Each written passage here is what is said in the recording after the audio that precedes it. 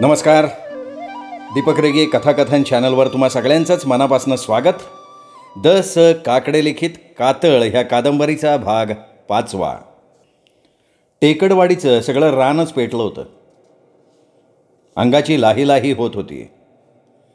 माथाडावर चढलेला लाल जर्द गोळा लोहाराच्या ऐरणीवर चढवलेल्या लाल लोखंडागत तापलेला दिसत होता. समुद्र मंथनातल्या मेरू पर्वताला गुंडाळलेल्या वासुकी सर्पागत ताण असह्य होऊन तो आगीचं जहर भडाभडा ओकत होता. त्या आगीच्या जहरात सगळी जंगलपट्टी उकडहंडीतल्या रताळ्यासारखी उकडून निघत होती. नदीकडे जाणाऱ्या पायवाटेची धूळ तर भट्टी लावलेल्या मडक्यागत पार हातात धरवत नव्हती. त्यात पडलेला पाय भाजलेल्या पापडागत फोडाळून निघत होता आणि असं असून सुद्धा व्यंकटला त्याची पर्वा नव्हती. तो बेदरकारपणे चालत होता. त्याच्या पायात चपला नव्हत्या. त्याला चपलांची गरज सुद्धा वाटत नव्हती. स्वतःविषयी त्याला काहीही वाटत नव्हतं. आपण जिवंत मढ असल्याचं त्याला जाणवत होतं आणि त्यासारखाच तो वागत होता. जंगलपट्टीचं पोट फाडून नदी आत गेलेली होती. पावसाळ्यात दुथडी भरून वाहणारी ही नदी उन्हाळ्यात मात्र जागजागी खांड डोह पडून भकास वाटत होती. खांडडोहाच्या जागीच थोडंसं पाणी दिसत होतं. जंगलपट्टीतल्या जनावरांनी ते पाणी पिऊनच जीव जगवलेला दिसत होता. माणसांनीही तेच केलेलं दिसत होतं. माणसांनी जागजागी डोकले करून पाणी उपसून घेतल्यासारखं वाटत होतं. नदीचं पाणी आटलं, खांडडोह पडले की सगळं पात्रच उघडं पडतं. मग सगळा वशाट वास नाकाला जाणवतो. पाणी प्यायलं की तोंड वाकडं होतं. पाण्याला चव वेगळी, पण जीव तर पाण्यानं जगवायलाच हवाय.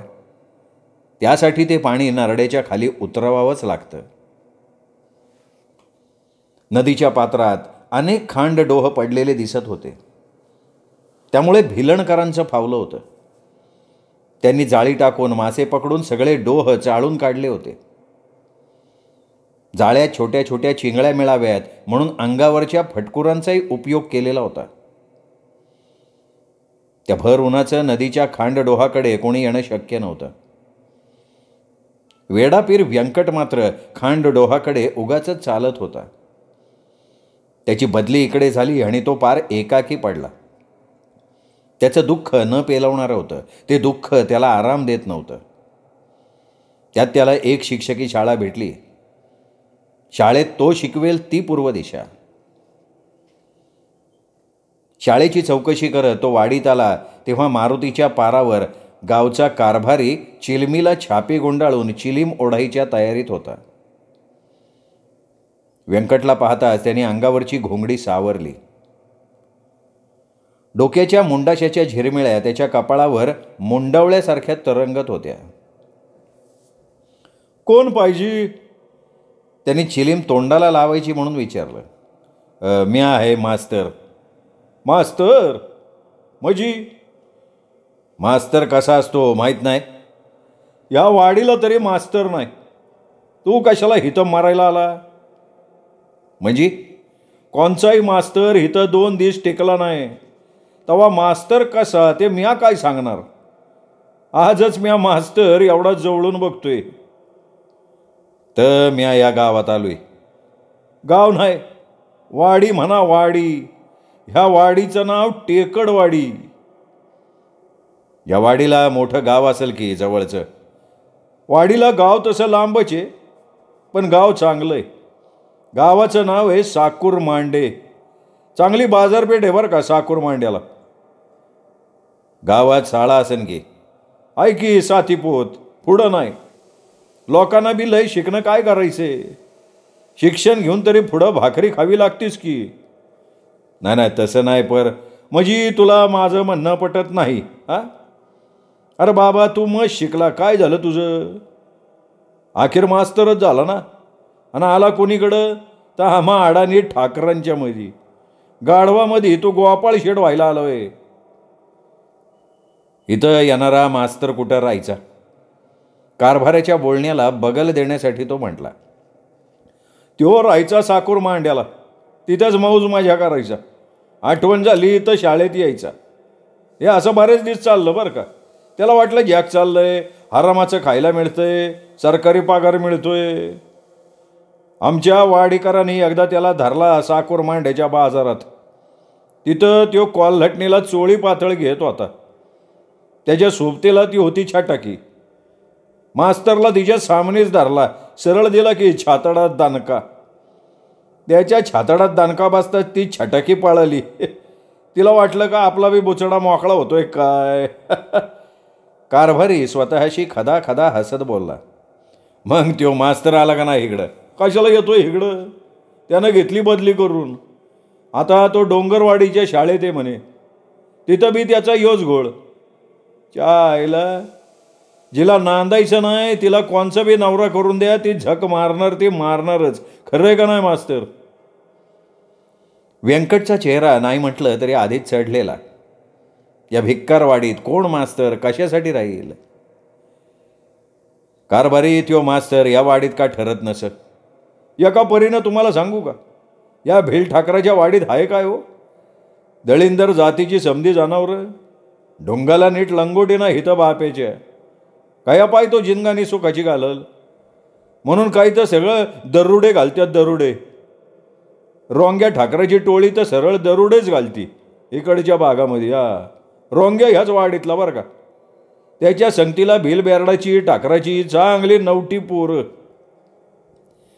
म्हणजे रोंग्या ह्या वाडीत येतो म्हणा की. अरे त्याचीच वाडी ही. ते काय त्याचं खोपाट. कारभाऱ्याने तिकडे बोट केलं. त्या खोपटाकडे व्यंकटनं बघितलं. रोंग्या ठाकराचं खोपट वाडीतल्या खोपटांपेक्षा जरा वेगळं दिसत होतं. त्याच्यावर सोन्याची कौलं नसली तरी चांगलं उसाचं पाचट होतं. भरीला गव्हाचं कवड्यान बी पांघरलेलं वाटत होतं. बाकीच्या खोपटांवर नीट छपरं नव्हती, नीट भिंतीही नव्हत्या. रोंग्या दरोडेखोराच्या भिंती चांगल्या पक्क्या विटेच्या होत्या. मास्तर काय रोंग्याचं खोपाड बघतो काय. नाही खोपाड जरा लांबूनच बघा. खोपटात डोकून बघू नको, नाही तर डोळ्यात बुबुळ राहायचं नाही. म्हणजे खोपटात कधी बी जाऊ नग. रोंग्यात धडाव शिर ठेवायचा नाही. व्यंकट जरा कणल्यासारखाच बोलला. ते सगळं कळलं नंतर. काय रागाव सांगून ठेवतो, नाही तर म्हणशीन कारभार यानं काय बी सांगितलं नाही. रोंग्या असतो कोणीकडं. तो असतो कोणी क. आत्ता पुसलं ते बेस. पुन्हा विचारशील तर रोंग्याला सांगावं द्यायला लागल. काय मास्तर तुहा सांगावा द्यायला लागल रोंग्याला. का मास्तर तू ही माहिती काढत होता. अरे असं निसतं त्याने परसलं तर लगेच गळचुंडीला हात घालल त्यो. त्याला तुझा संशय येईल. कारभाऱ्या मला का त्या रोंग्याचं भय घालतो तू. आपल्या कानात करंगळी घालून ते खसखसा हलवत व्यंकट म्हणाला. म्हणजे रोंग्याला तू भीत नाही. अरे रोंग्या काय वाघ सिंह काय. व्यंकट मोठ्या आवाजात गुरगुरला. त्याच्या गुरगुरण्यानं त्याची एक वेगळीच मिजाज दिसत होती. मास्तर आत्ता बोलला ते ठीक, नाही तर जबान कापली जायला. कारभाऱ्या असं असेल तर त्या रोंग्याला सांगून ठेव. म्हणा हिंमत असेल तर वाडीत बदलून आलेल्या मास्तरच्या डोळ्यातला बोबोड काढून दाव.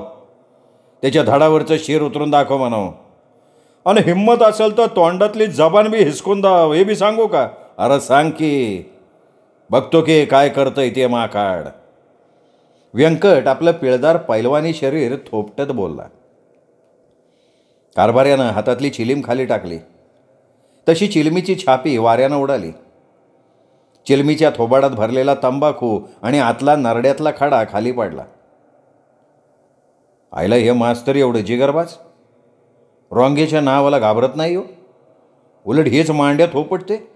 एवढं आव्हान ह्याचं काय मास्तर आहे का हैवान मानायचं हो. कारभाऱ्यानं व्यंकटकडं पाहिलं. चांगलं पाहिलं. व्यंकट आडदांड शरीराचा होता. कांता मेल्यानंतर त्यांनी वाढवलेल्या दाढी मिशी आणि डोक्यावरचे केस, अंगातली मळकी कापडं, पाय अनवाणी. अरे तो मास्तर नाही वाटत रे. कारभाऱ्याने उठून उभा राहत म्हटलं. मग म्या कोण दिसतो रे कारभाऱ्या. तुरुंग फोडून बाहेर पडलेला चोर आहेस तू. ते ऐकलं आणि व्यंकट खदा खदा हसला.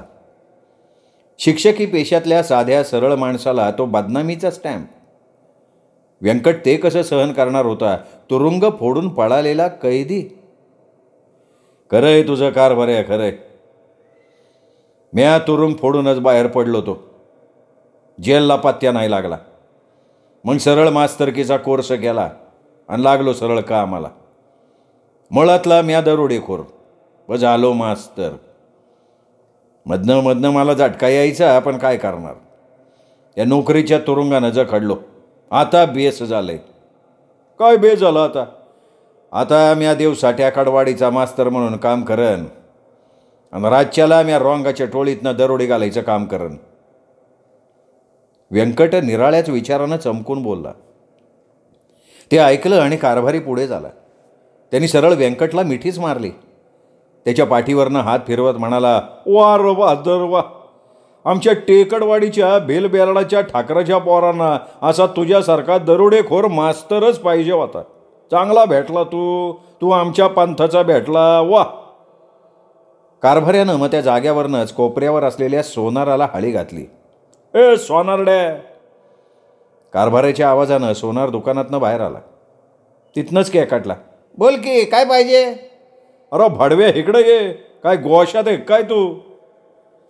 सोनार तसंच धोत्राचा सोगा धरत पळत आला. सोनार अंगानं फाटका होता, पण डोळ्यात व्यापारीपणाची झाक होती. बोला कारभारी. भाडव्या काय लय चरबी चढली काय. सांगू का रॉंग गेला. समजा तुझं सोनं बाहेर काढायला सांगतो. बोला की काय पाहिजे. सोनारानं कारभाऱ्याच्या पायाला मिठीच मारली. ए कोण आलंय पाय. कोण आहे. सोनारानं व्यंकटच्या भयानक चेहऱ्याकडे बघत विचारलं. यो आहे लय लांबचा दरोडेखोर.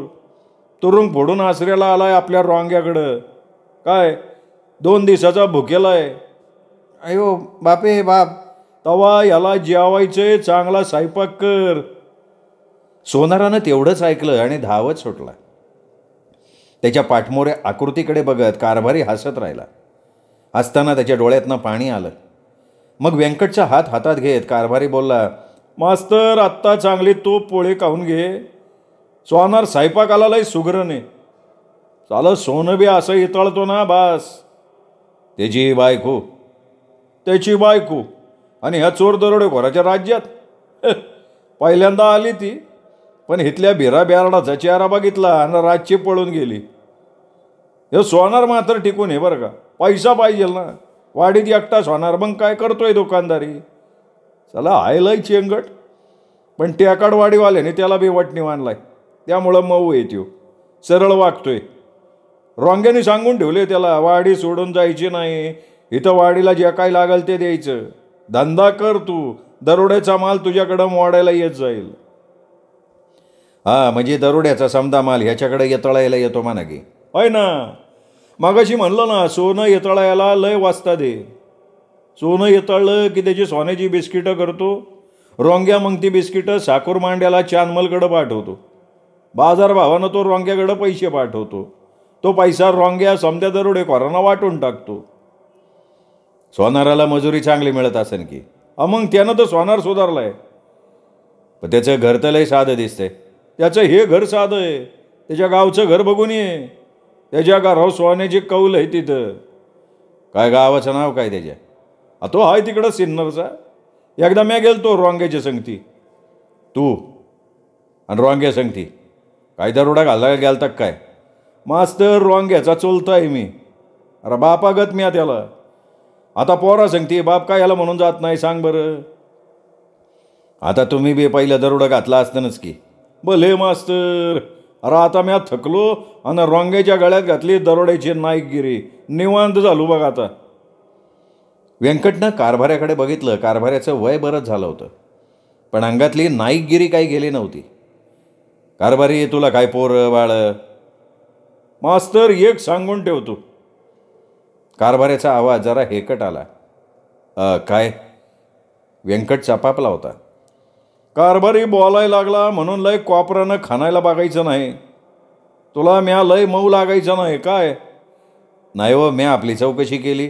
ती चौकशी घराबाहेर ठेवायची, घरामध्ये यायचं नाही काय. अरे पण कारभार आहे विचारलं म्हणून काय झालं? अरे त्याच्या आईला कारभार याला दाब देतो काय? समजतं कोण साताला तू? हे बघ म्या कोण आहे तुला माहिती. म्हणलं ना तुरुंगाची हवा खाऊन आलोय म्या. अरे तुरुंगाची हवा खाल्ली म्हणून काय बाबासाहेब झाला काय तू? वय बाबासाहेबाचे तू आमच दरोडेखोरीच्या नायकाचा डोक्यावर मुकुड घातला. किती टाईम तुरुंगाची हवा खाल्ली सांग? अरे म्या कधी त्या खाकी कुत्रेच्या नादाला लागलोच नाही. मग कशाला तुरुंगात जातोय मी? समजा पोलीस खातं मागा होतं माझ्या, पर या टेकाडवाडीच्या डोंगरदऱ्या समध्या उतान्या करून टाकल्या. एकदा तर पोलीस ह्याचा तंबू पाडला होता नांदूरच्या माळरानावर, मला पकडायला आलती. त्याचा फौजदार जमादार पोलीस समधे तंबूत. मी हाती लागत नाही म्हणून मागं जायचा विचार करत होती, तर म्हणलं यांना नीट कशाला जाऊ द्यायचं. सरळ तंबूत हजर झालो त्यांच्या सामने. काय सांगतो? मग काय सांगतोय? अरे मला बघून फौजदार 12 फूटवर उडालं, जमादार तंबूच्या बाहेर पळालं. अरे त्या दोघांची हित आहे ना, पोलिसाचं काय? त्यांनी तर सरळ साष्टांग दंडोत घातला मला. तुला पकडलं नाही वय फौजदारानं? नाही, आलता ना पकडायला पुढं. सांगून ठेवलं त्याला, हे हात पुढं आहेत घाल बेड्या, पण ध्यानात ठेव पोलीस कोठडीत मला टाकीस्तवर तुझ्या बायकोचं कुकू पुसायला लागल. ऐका तयारी? मग फौजदारानं काय पसंत केलं? अरे बोळ्या वाहनाचं निघालं ते. याच्या आईला त्यांनी बायकोचं कुकू पसंत केलं आणि सोडलं की मला. सरकारकडे ही बातमी आमच्याच सत्यानं पोहोचवली. दुसऱ्या दिवशी चौकशी झाली, फौजदार जमादार डिसमिस झाले. कारभाऱ्यानं आपल्या डोक्याच्या उघड्या चांदावरनं हात फिरवत सांगितलं. त्याच्या डोक्याला उघड्या चांदाच्या कडेनं पांढऱ्या केसांची दाटी होती. कारभाऱ्या, आता माझी राहायची सोय काय? तू साकुरमांड्याला जाऊन राहायचं. साकुरमांड्याला? आणि ते का म्हणून? मग काय तू चोर दरोडेखोरांच्या वाडीत राहणार आहे वय? वय मी इथंच राहणार या वाडीत. चांगला स्वयंपाक पाणी करणार इथं. काय बायकोला घेऊन घेऊन आला काय? कारभाऱ्यानं सरळ त्याच्या काळजालाच हात घातला. क्षणभर त्याच्या डोळ्यासमोर कांता उभी राहिली. स्वतःला पेटवून जळणारी कांती, तिच्या शरीराचं कोळसा झालेलं प्रेत. कारभाऱ्या, तो केवढ्यांदा तरी गरजला. काय झालं मास्तर? शरम नाही वाटत का तुला? तुला मागाशी पोराचं विचारलं तर म्हणला चौकशा करू नको, मऊ लागतंय म्हणून कोपऱ्यानं खणू नको. म्या बी तुला तेच सांगतोय, तू माझ्या बायकोची उठावास करू नको. अरे बर बाबा, नाही विचारणार. कारभाऱ्यानं व्यंकटचा चेहरा बघितला. त्याचा चेहरा संतापानं लाल बुंद झाला होता. कपाळावर घाम जमा झाला होता. मास्तरच्या बायकोविषयी पुसायचं म्हटलं तर तो एवढा संतापलेला, तिचा हात धरायची बात केली तर? कारभाऱ्याची खात्री पटली. मास्तर हा नुसता मास्तर नाही, हा तर खरोखर दरोडेखोरी करणारा मास्तर. हा साकुरमांड्याला नक्कीच राहणार नाही. हा इथेच टेकाडवाडीत टेकणार. रातच्याला दरोडे आणि दिवसाला मास्तरकी करणार हा. कारभाऱ्या, तुझा तो रोंग्या कधी येणार वाडीत? नाही, ते सांगता नाही येणार. रोंग्या कधी येणार हे तुला माहिती नाही, मग तू काय वाडीत हजामती करत बसतो काय लोकांची? ए मास्तर, नीट गप गुमान बोलायचा. नाही बोललो तर काय वाकडं करणार रे तू? व्यंकटनं सरळ आपली उजव्या हाताची फाटकी बाई मागे सारली. त्याचवेळी घोड्यांच्या टापा वाजल्या. पाठोपाठ घोड्यांचं किंकाळणं. वाडीच्या रोखानं घोडदौड येत होती. मास्तर, येतोय रोंग्या. आली बघ त्याची साईना. आता तूही हजामत मी त्याच्या सामने करतो काय? लय नाकानं कांदा सोलत होता ना तू, बघतो आता तुझ्याकडं. आता कारभाऱ्याचा आवाज थोडा बदलला होता. व्यंकट ताठ नजरेनं वाडीबाहेरनं धुळीचा गुलाल उधळत होता तिकडे बघत होता. त्याच्या नजरेत भीतीचा लवलेशही नव्हता. उलट तो त्या मारुतीच्या पारावर पिंपळाच्या झाडाच्या मोठ्या खोडाला पाठ देऊन उभा होता. वडावर वटवागळांची फौजच्या फौज उलटी टांगून येऊन खाली बघत होती. वडाला जणू काळी फळं लागल्याचं विचित्र दृश्य दिसत होतं. वडाच्या चहूअंगानं पारंब्या सुटल्या होत्या. वाऱ्याच्या बरोबर त्या हेलकाव्या घेत होत्या. वडाच्या मागच्या बाजूला मारुतीचं मंदिर होतं. मंदिरापुढे गावठी कौलांचं छप्पर होतं, त्यात दिवाबत्तीचीही सोय होती. मारुतीपुढे घंटा होती. मारुतीच्या मंदिरात शाळा भरत होती. शाळा 1ली ते 4थीपर्यंत होती. शाळा भरण्यासाठी आणि सुटण्यासाठी मारुतीच्याच घंटेचा उपयोग केला जात होता. त्या वाडीतल्या शाळेत मास्तर कधीतरी सणवाराला येई आणि जाई. त्याचवेळी पोरं मारुतीच्या देवळात येत. खरं म्हणजे पोरं शाळा शिकण्याऐवजी मारुतीचं दर्शन घ्यायला जास्त येत. 10-15 घोडेस्वार वडाखाली दौडत आले. पुढचा घोडेस्वार सगळ्यात ऐडबाज होता. व्यंकटनं त्याच्याकडे बघितलं. कारभाऱ्यानं सांगितलेला रोंग्या दरोडेखोर तोच होता. त्याच्या डोईला गुलाबी फेटा होता आणि फेट्याच्या शेवानं त्यानं आपलं तोंड झाकून घेतलेलं दिसत होतं. डोळे तेवढे त्याचे उघडे होते.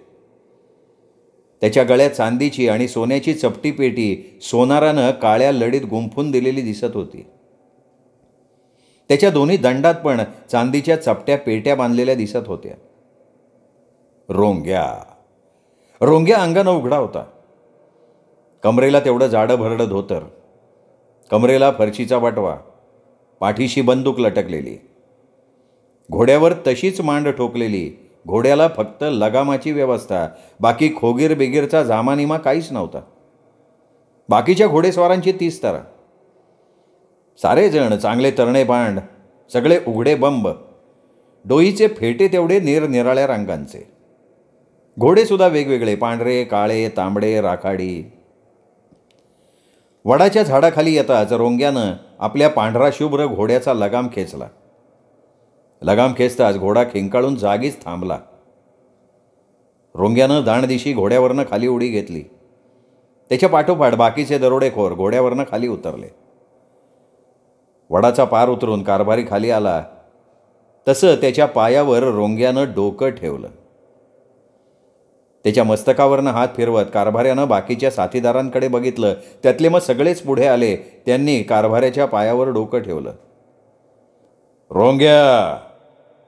व्यंकट पारावरनं ओरडला. त्याच्या त्या आवाजानं रोंग्या टावकारला. त्याचा घोडा खिंखाळला. रोंग्याला धोका असला की त्याचा पांढरा शुभ्र घोडा खिंखाळत असे.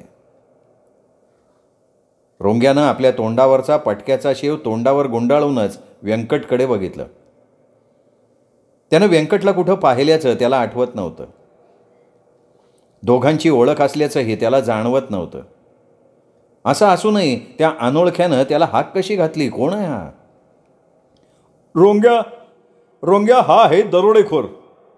कारभाऱ्याच्या ओठावरच्या पांढऱ्या मिशा पिंजारल्या. त्याला व्यंकटची परीक्षा घ्यायची होती. दरोडेखोर आहे? कोणच्या टोळीतला या? हा आहे भावड्या ठाकराच्या टोळीतला. भावड्या ठाकार! रोंग्या संतापानं पेटला. ओय रोंग्या, यो भावड्या ठाकराच्या टोळीतला आहे. काय रे? रोंग्यानं व्यंकटच्या रोखानं उडी मारली. व्यंकटच्या गळ्यालाच रोंग्यानं हात घातला. व्यंकटला ते सारं अनपेक्षित जरी होतं तरी त्याला मारामारी नवीन नव्हती. एकतर तो कुस्तीगीर होता. तालमीत आणि जत्रांच्या आखाड्यात त्यानं कुस्त्या मारल्या होत्या. तू इकडं कशाला आला रे?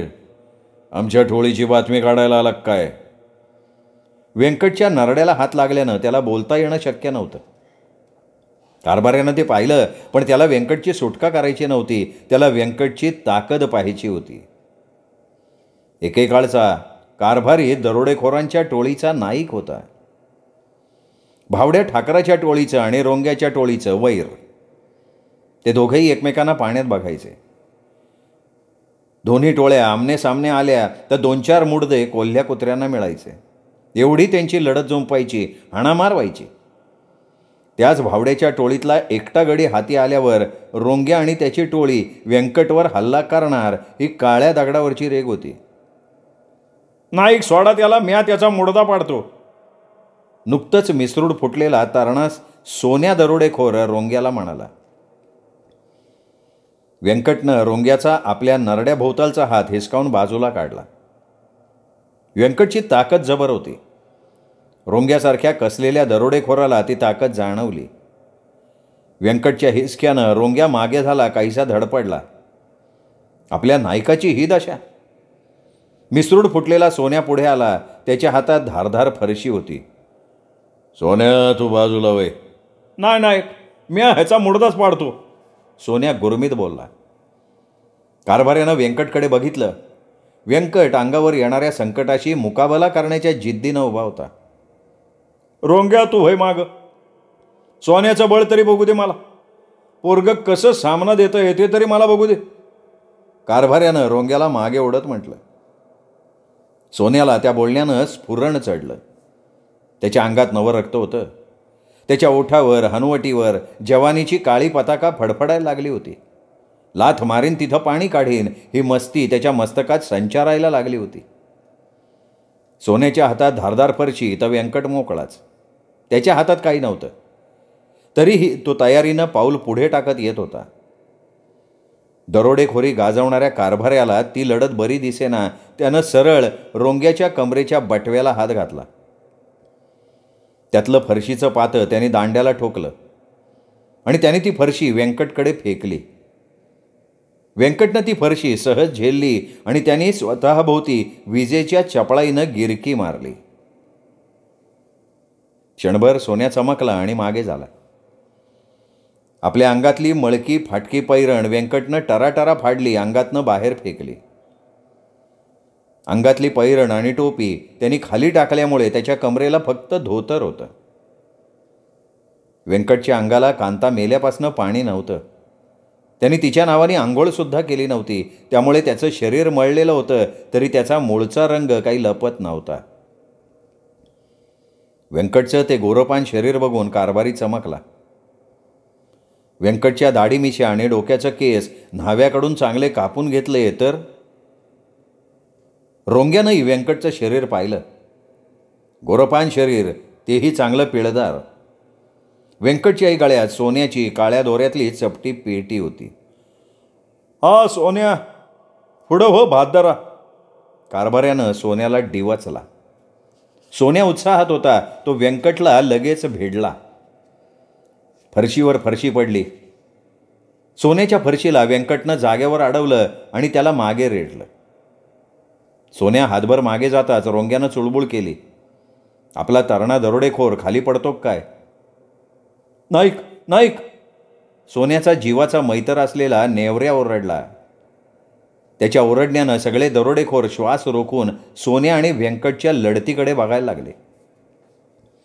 व्यंकटच्या अंगात चपळाई होती. त्याच्याकडे खेळायची कला होती. त्याच्यापुढे सोन्या एकदम लुळा पडत होता. 5व्याच फेरीत सोन्याची फरशी व्यंकटनं उडवली आणि सरळ पुढे होऊन सोन्याच्या कानफाटात भडकावली त्याने. सोन्याचं कानफाट त्या थपडीनं काळं निळं झालं. आपलं थोबाड धरून तो मडदिशी खाली बसला तसा रोंग्या पिसाळला. त्यांनी सोन्याला लाथेनं उडवलं. सोन्या आणखीन उलटा पालटा झाला तसा व्यंकट ओरडला. अरे रोंग्या, तो बच्चा आहे, बच्चा, तो काय लाडणार? हिंमत असेल तर तू ये की पुढं. आपल्या नायकाला हा वर जोरा. आईला या कच्च्या गुरुच्या चेहऱ्याला खूळ लागलं काय? सोन्याचा मैतर नेवऱ्या फरशी बिंगवत व्यंकट पुढे ठाकला. तसा कारभारी पुढे आला. त्यांनी नेवऱ्याच्या फरशीलाच हात घातला. त्यांनी नेवऱ्या उसळला. त्यांनी मोठ्यानं घसा ताणला. कारभारी, तुम्ही मागवा. काय म्हणला? कारभाऱ्याला तो त्याचा अपमान वाटला. वय म्या सांगतो, तुम्ही माघारी व्हा. सोन्या आपल्या थोबाडाला लागलेली माती पुसत बोलला. सोन्या, म्या माघारी का व्हावं? नेवऱ्याला या हरामीशी लढू दे. सोन्या, स्वतःची चवळी करून घेतली ती बाद झाली की आता नेवऱ्याची का टिमकी वाजवतोय? नेवऱ्याची बी लेंडी पातळ होईल बघ, उगा बांगड्या घालायला लागतील. रोंग्यानं कारभाऱ्याकडे बघितलं. कारभारी म्हणत होता ते ठीक होतं. रोंग्याची फरशी हातात घेतलेला तो अनोख्या सोन्याप्रमाणे नेवऱ्याला सुद्धा भारी होता. रोंग्यानं आपल्या सगळ्या साथीदारांकडे बघितलं. त्या अनोख्याच्या ताकदीचा त्याच्याकडे फक्त हैबत्या आणि तेजा होता. रोंग्या, हैबत्या आणि तेजाला लढायला पाठवू नको, तू स्वतः हातात फरशी घे. रोंग्यानं नेवऱ्या आणि सोन्याला उलट्या हातानं हाणलं आणि आपली काळी तोंड घेऊन ते मागे झाले. रोंग्या, तुझी फरशी तुला देतो मी. ते पाहुणे, फरशी फेक रोंग्याची. व्यंकटनं रोंग्याची फरशी कारभाऱ्याच्या पायाजवळ ठेवली. कारभाऱ्याच्या पायाला हात लावून मग म्हणाला, कारभारी आता सांग कोणाशी लढू? रोंग्याशी सामना दे. तुझा कस आता खरा लागल. तू जिंकला असतं. तू मला काय बक्षीस देणार कारभाऱ्या? तू जिंकला तर तुला रोंग्याच्या टोळीत दरोडे घालायला मिळतील. व्यंकट त्या आवाजानं खुश झाला. कारभारी तसं असेल तर मला फरशीची गरज बी नाही. काय म्हणजे तू रोंग्याशी बिन फरशीनं खेळणार? वय रोंग्याशी मी लढणार. अरे पर त्याच्या हातात फरशी आहे. असू दे की. तो जातीचा फरशी भादर दरोडेखोर आणि म्या बिन फरशीचा भादर. फरशी न घेता म्या लढून धावतो. रोंग्या टोळीचा नाईक. त्याच्याशी हातात फरशी न घेता व्यंकट लढाईला तयार. कारभारी आनंदानं बेभान झाला. साला हा मास्तर एवढा पराक्रमी, एवढी याची सामन्याची तयारी. नक्कीच तुरुंग फोडून आलेला असला पाहिजे. साला टोळीचा नाईक असावा ना तर असा जिगरबाज. कारभाऱ्यानं व्यंकटची तब्येत बघितली. तो हाडानं दांढार दिसत होता. डब्बल हाडाचा गडी. याची जर चांगली खायची प्यायची सोय झाली तर हा राक्षस होईल, राक्षस. आई बाता ए अनोख्याला तुझी फरशी दी, कारभारी म्हणाला. हैबत्यानं आपला फरशीचा दांडा दोन्ही हातानं आवळला होता. तो व्यंकटशी सामना देण्यासाठी ताठ्यात उभारला होता. त्याची फरशी व्यंकटच्या मानेत रुतण्यासाठी आसुसली होती, पण तीच फरशी व्यंकटच्या हातात द्यायची कारभाऱ्यानं त्याला आज्ञा केली होती. हैबतला ती आज्ञा मान्य नव्हती. त्यानं रोंग्याकडे बघितलं. रोंग्याला जाणवलं की हैबत्या नाखुश दिसतोय. पण आत्तापर्यंत सगळ्यांना कारभाऱ्याचंच ऐकायला लागायचं. तसं आता हैबत्यानं ऐकायलाच हवं होतं. नाराजी दाखवून उपयोग काय? हैबत्या फरशी दे, कारभाऱ्यानं अधिकार दाखवला. नाईक. हैबत्यानं रोंग्याकडे बघितलं. व्यंकट हसत उभा होता. त्याच्या मनात भीतीचा लवलेशही नव्हता. आपण रोंग्याला हातात फरशी नसतानाही उलटापालटा करू या जिद्दीनं तो उभा होता. हैबत्यानं आपली फरशी व्यंकटला दिली. व्यंकटनं ती फरशी पुन्हा कारभाऱ्याच्या पायाशी ठेवून स्वतः त्यांनी कारभाऱ्याला नमस्कार केला. कारभाऱ्यानं त्याच्या मस्तकावर हात ठेवला. ते बघून रोंग्या जरा सावध झाला. हा काहीतरी गोलमाल दिसतोय. हा भावड्याच्या टोळीतला दरोडेखोर असता तर तो कारभाऱ्याच्या पाया पडलाच नसता, कारण कारभारी हा वैऱ्याचा चुलता. त्यात तो रोंग्याच्या टोळीचा खास सल्लागार. अशा माणसाचा तो आशीर्वाद कशासाठी घेईल? हातात फरशी पडताच व्यंकटनं हनुमान उडी मारली. तळ हाताकडे त्याने एकवार बघितलं. ज्या हातात पुस्तक पकडलं होतं, ज्या हातानं फळ्यावर खडूनं पोरांना गमभनं शिकवलं होतं, त्याच हातात दरोडेखोराशी सामना देण्यासाठी फरशी आली होती. रोंग्यानं भली मोठी आरोळी दिली. हाताच्या तळव्यावर थुंकून त्यांनी फरशीचा दांडा उजव्या हातात गच्च धरला होता. सामन्याआधीच त्यांनी फरशी हातात घेऊन मोकळ्यावानी फिरवली, जणू तो देवीच्या छबिन्यात फरशी फिरवत होता. फरशीच्या मारामारीचा खेळ करून दाखवत होता. रोंग्याची आत्ताची तयारी जब्बर दिसत होती. रोंग्यापुढे व्यंकट म्हणजे काहीच नव्हता. पाहुण्या, आता खरी लढाई आहे बघ. मगाशी तुझे लढला ते पोरांशी, त्यांना तू हरवलं. त्यात काय बी फुशारी समजू नको. आता तुझा कस लागणार आहे, कारभारी म्हणाला.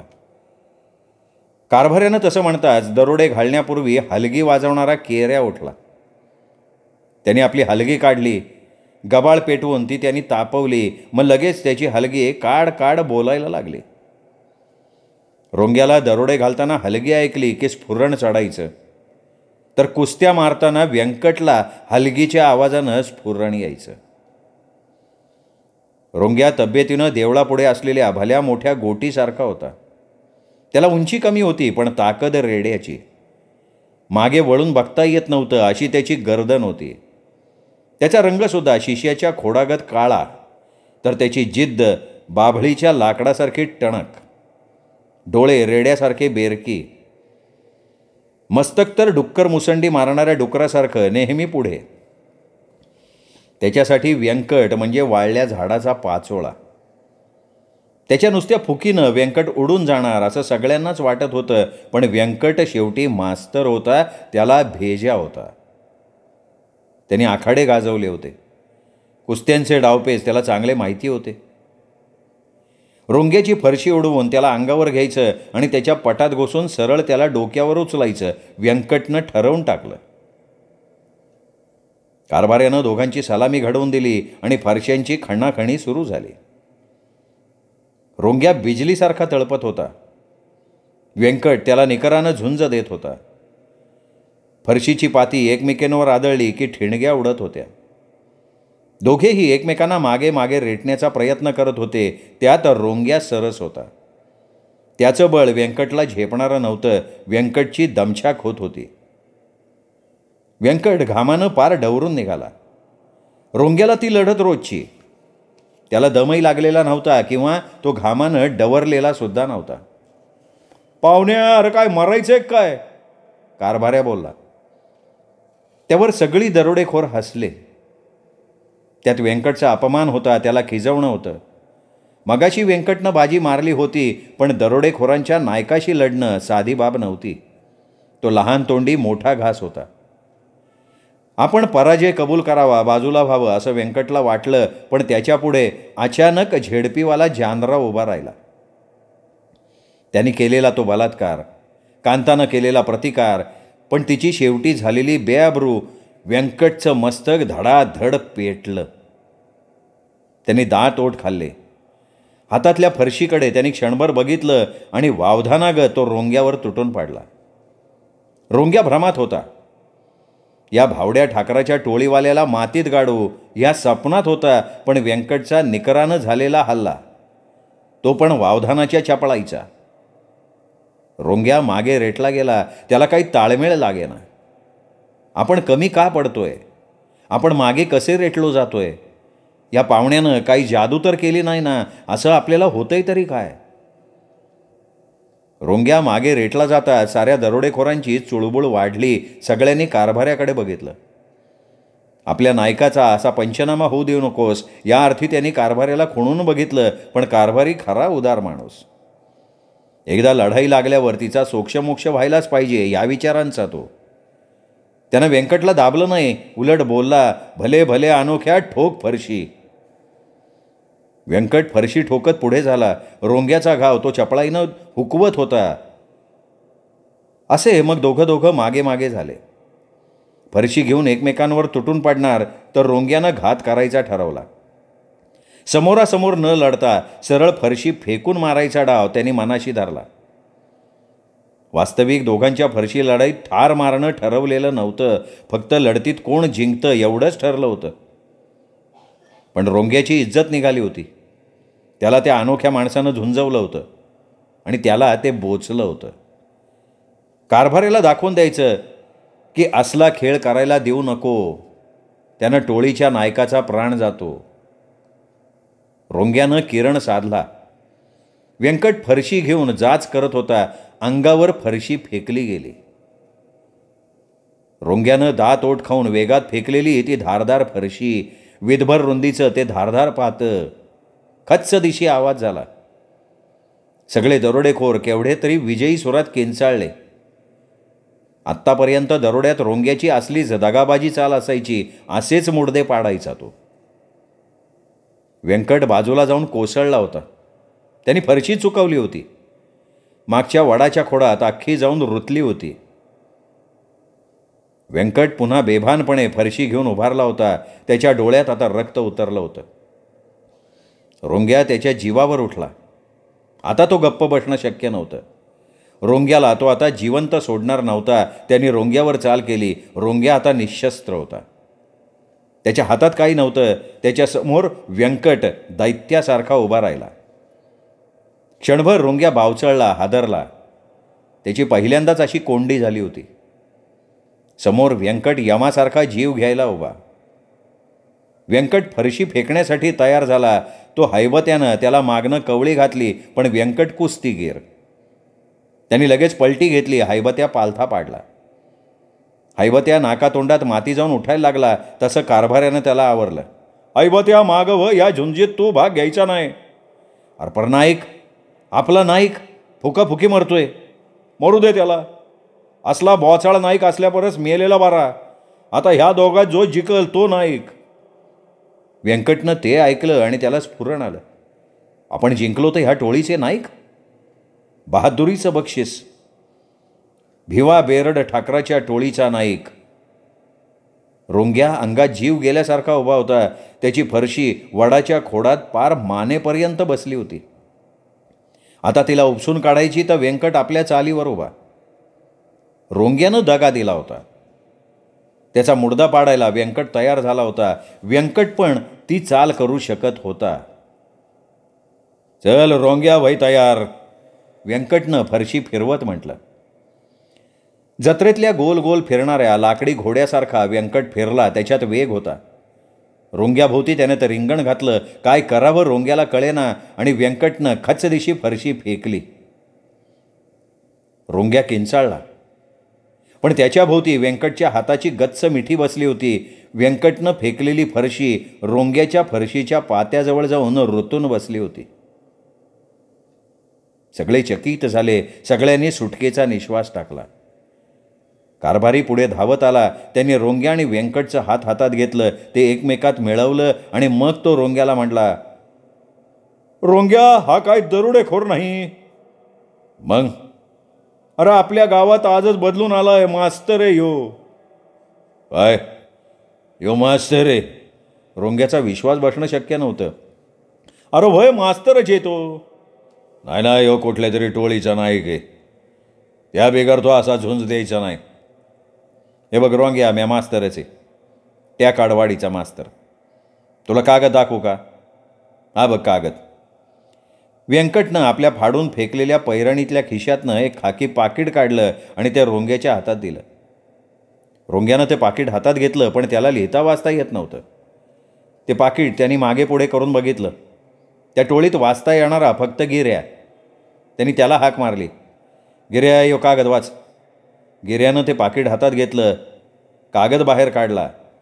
विधभर कागदाचा तो खाकी तुकडा. त्यात व्यंकटची टेकाडवाडीला बदली झाल्याचा हुकूम होता. रोंग्यानं व्यंकटला मग साग्र संगीत बघितला. आजपर्यंतच्या मास्तरांपेक्षा हा मास्तर वेगळा होता. तो दरोडेखोराच्या नायकाला सुद्धा धूप घालणारा नव्हता. त्याच्या अंगात बळ होतं. कारभार्या, आता मग काय करायचं या मास्तरचं? काय करायचं? रोंग्या, टेकाडवाडीचं नशीब म्हणून यो वाघ आलाय. या टेकाडवाडीतली समधी पोरं आता या मास्तरच्या हाताखाली शिकायला पाठवायची. कारभारी, पण मी बी एक सांगून ठेवतो. बोला की व्यंकट मास्तर. प्रत्येक खोपटातलं भिलबेरडाचं ठाकराचं पोर माझ्या शाळेत आलं पाहिजे. जर आलं नाही तर कुत्र्यागत टांगड्याला पकडून या शाळेत वडून आणल म्या. जादा गमजा केली तर त्याच्या डोसक्याचा नारळ मारुती पुरं फोडल म्या. एका दणक्यात त्याच्या डोक्याची 2 भकलं करल मी आणि त्याचं खोबरं समद्या वाडीला वाटल. काय? ते ऐकलं आणि सगळे दरोडेखोर चमकले. असा हग्यादम देणारा हाच मास्तर या वाडीला पहिल्यांदा मिळणार होता. मास्तर, तू राहणार कोणीकडं? हैबता म्हणाला. कोणीकडं राहणार म्हणजे? सरकारनं मला या वाडीत पाठवलंय. याच वाडीत एका खोपट्यात मी राहणार. खोपाट बांधून द्यायचं काम वाडीचं. अन तुझ्या जेवणाचं काय? रोंग्यानं विचारलं. जेवण? म्या काय जेवण बनवायला बाकीच्या मास्तरागत बाईल्या नाही. माझ्या टकुड्याची सोय वाडीला करावी लागल. आठवड्यातनं 2दा कोंबडी लागल. तुमच्या पंक्तीला डुक्कर बी खायची माझी तयारी आहे. बोकड मिळालं त्याला बेस. सगळ्याच दरोडेखोरांनी व्यंकटकडे बघितलं. आईला यो मास्तर आहे का महाभारतातल्या बकासुराचा बाप आहे? म्हणजे तू खऱ्या अर्थानं मास्तर नाही असं म्हण की. म्या मास्तर नाहीशे. म्या हाय कातळ आहे मी, कातळ. मला जो धडकी देईल त्याचं मस्तक फोडायची ताकद माझ्यात आहे. मग होय की आमच्या दरोडेखोरीत सामल. रोंग्यानं सरळ त्याला आव्हानच दिलं. त्याला बी मी तयार आहे. त्या आईला तुमच्या संगतीत म्या दरोड्याला येणार. तुम्हाला चांगलं गब्बर धनी धावणार. त्याच्या वाड्याचं दार पहिल्यांदा म्या फोडणार. म्हजी आमागत दरोडे घालतना तो तोंडाला काळं बी फासणार मास्तर. वय वय तोंडाला काळच फासणार म्या. माईला या जगाच्या समजा जग मला पेटवून द्यायचं आहे रोंग्या. माझ्या अंगाची कशी आग आग होती बघ रोंग्या, बघ आता.